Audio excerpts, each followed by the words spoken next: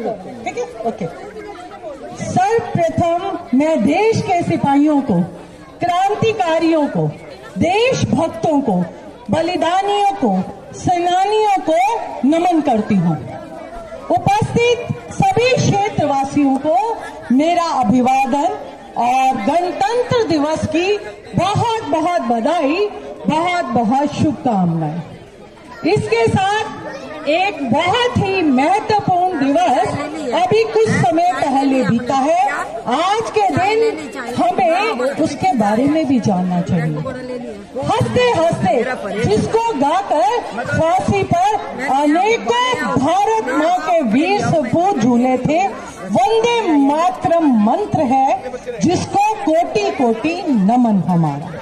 वंदे मातरम ये एक ऐसा शब्द है, एक ऐसा मंत्र है जिसे सुनते ही हर भारतीय के खून में उबाल आता है और सिर आदर से भारत माँ के चरणों में झुक जाता है।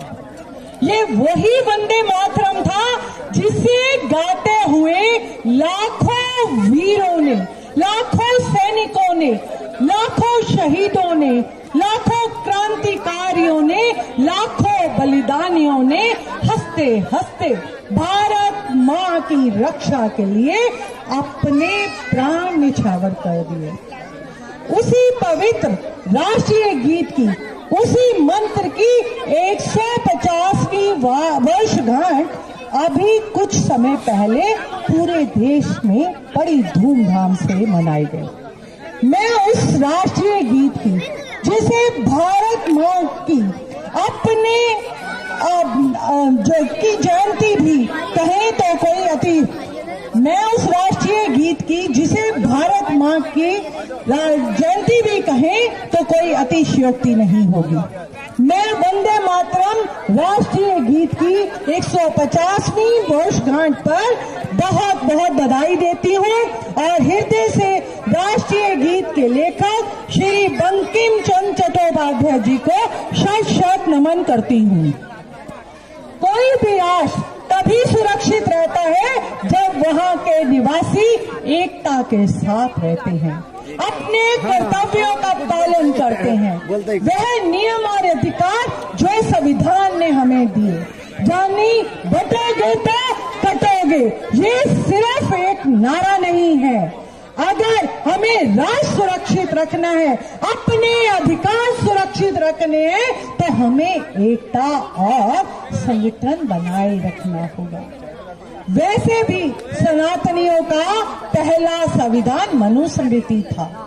वो बात अलग है कि हजारों सालों में उसमें कई मिलावट हो गई और उसका विरोध होना शुरू हो गया। चलिए इसे छोड़े। वैसे वेदों का भी आदेश है, स्पष्ट कहें तो ऋग्वेद का भी संगठन सूक्त के माध्यम में संगठित होने का आदेश दिया था। जानी सब मिलकर चले, हृदय से, मन से, वाणी से, विचार से सब एक हो और इस मंत्र की और इस संगठन सूक्त की देश को बहुत आवश्यकता है, क्योंकि नए जवानों के दिलों में जहर भरा जा रहा है और JNU जैसी हम सबके टैक्स पर चलने वाली यूनिवर्सिटी में अभी भी देश विरोधी नारे लगते हैं।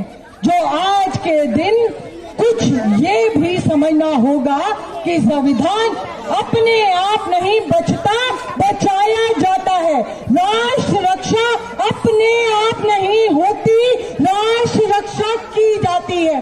धर्म अपने आप नहीं बचता, धर्म का पालन कर उसे बचाया जाता है। क्योंकि अभी भी कुछ लोग हैं जिन्हें वंदे मातरम का उद्घोष, युद्ध घोष पसंद नहीं आता, पर उन सबको ये सत्य समझना होगा कि भय बिन प्रीत न होई जानी।